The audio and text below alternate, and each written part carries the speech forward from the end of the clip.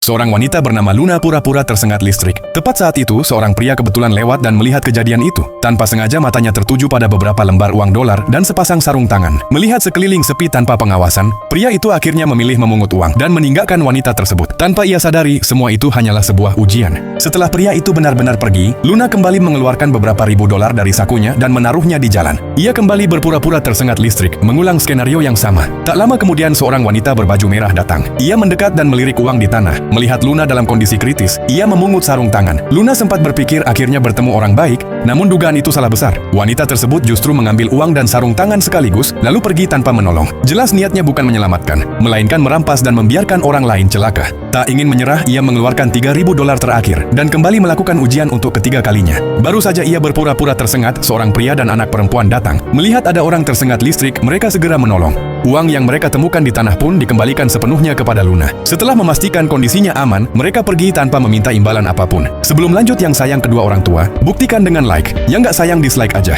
Anak perempuan itu bernama Anggun. Ia sedang menemani papahnya yang buru-buru menuju perusahaan untuk wawancara kerja. Secara kebetulan, pria dan wanita licik sebelumnya juga datang ke lokasi yang sama untuk melamar pekerjaan. Pria itu bertanya di mana letak kantor direktur. Namun wanita licik itu berbohong, mengatakan bahwa wawancara sudah selesai. Pria di sampingnya bahkan menambahkan kebohongan lain, tapi kalau kamu mau temui direktur, datang ke gedung C lantai 12. Tapi tempat itu tanpa lift, hanya tangga, ucapnya. Papahnya Anggun yang polos mempercayai mereka, lalu meminta anaknya menunggu sementara ia berjalan menuju gedung C. Namun ketika dua orang licik itu akhirnya masuk ke ruang wawancara, mereka terkejut bukan main. Di hadapan mereka duduk Luna. Saat itu barulah mereka sadar, wawancara yang sesungguhnya telah dimulai sejak awal. Ketika mereka memilih merampas uang dari orang yang berada dalam kesulitan, mereka telah gagal tanpa menyadarinya. Orang seperti mereka jelas tidak mungkin diterima. Tak lama kemudian, papahnya Anggun tiba dengan napas terengah-engah. Melihat dua orang yang telah membohonginya, ia tersadar kalau mereka bukan orang jujur. Kedua pelamar licik itu tertunduk malu dan pergi tanpa berkata apa-apa. Papahnya Anggun juga mengira dirinya gagal karena terlambat. Tiba-tiba Luna memanggilnya, "Kenapa kamu pergi? Aku telah menguji kebaikanmu dan kamu diterima di perusahaan ini."